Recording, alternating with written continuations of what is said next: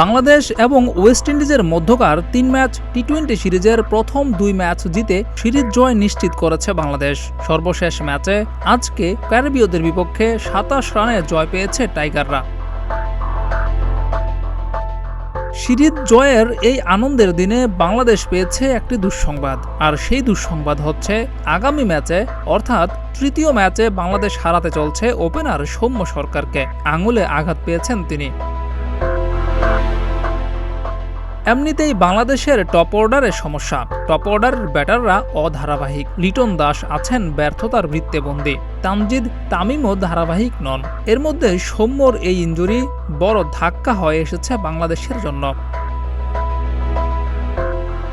West ইন্ডিজের বিপক্ষে দ্বিতীয় টি-20তে স্লিপে ক্যাচ নিতে গিয়ে আঙুলে গুরুতর চোট পেয়েছেন সৌম্য সরকার। ব্যথায় কাতরাতে কাতরাতে মাঠ ছেড়েছিলেন তিনি। আঙুলে লেগেছে 5টি সেলাই। ওয়েস্ট ইন্ডিজের ইনিংসের সপ্তম ওভারের ঘটনা। তানজিম হাসান সাকিবের বলে স্লিপে ক্যাচ উঠেছিল।